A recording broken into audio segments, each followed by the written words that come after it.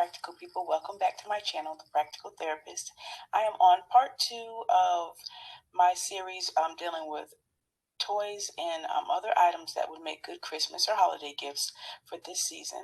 So right now we are talking about oral motor tools, and specifically I'm talking about siren whistles. Here's the siren whistle here. I really love these whistles because it allows the patient to work on lip rounding, lip closure. This is really good for any type of child who may have a genetic syndrome or disorder such as Down syndrome. And this is a great exercise to help bring more strength, tone, and range of motion to the lip muscles and to a certain extent the cheek muscles as well. So don't you move a lip muscle, tongue muscle, or any other muscle. Make sure you watch this video to the end and then make sure you like, share, and subscribe.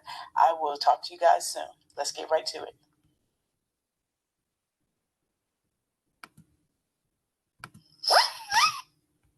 Okay, so again, just like I stated in my video, we have whistles or oral motor therapy tools that we can use as Christmas or holiday gifts. This is part 2 of my 4-part series.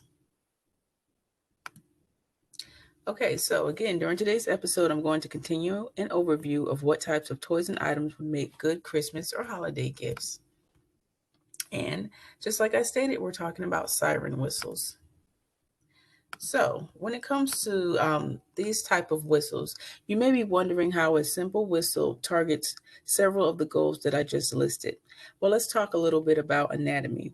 A child who has what may be known as a droopy looking face may have some type of genetic disorder or syndrome that negatively impacts the ability of specific muscles, such as the lips, to remain at rest adequately when they are not being used for speech production, eating, or drinking.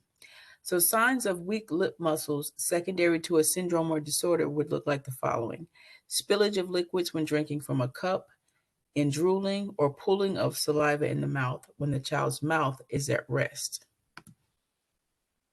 Now, when I am evaluating a child and he or she has difficulty with some of the different things I suggested, or they've been officially diagnosed with a syndrome such as Down syndrome, or if I see that the child has any type of lip, cheek, or tongue issues when it comes to motor planning and moving those muscles, I break out my whistles.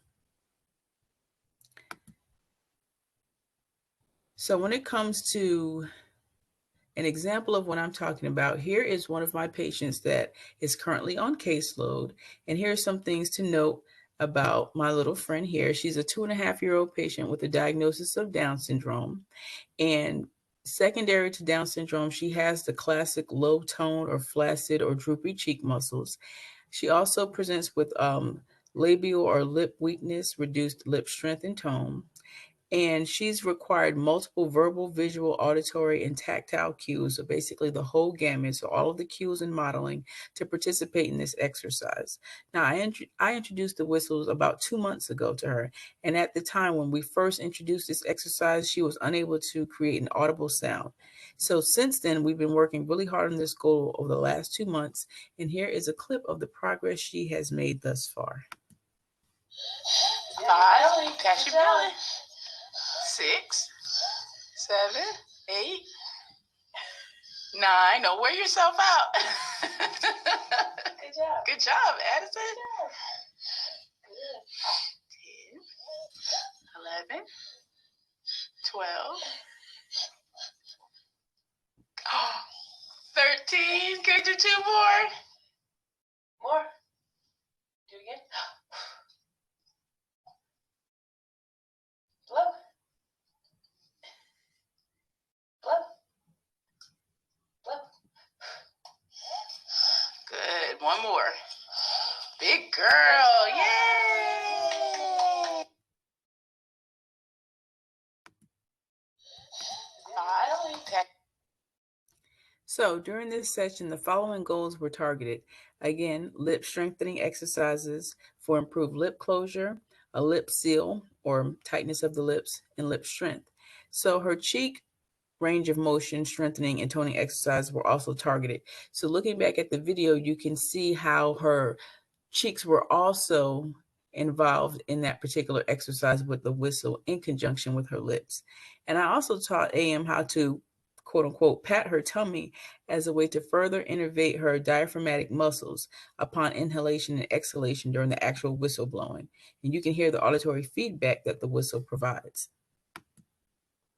So outcomes from AM session. So now, even though she was initially unable to create an audible sound 2 months ago, you can hear clearly that she can do it now. She can now again independently blow the whistle with almost immediate auditory feedback with minimal effort on her part.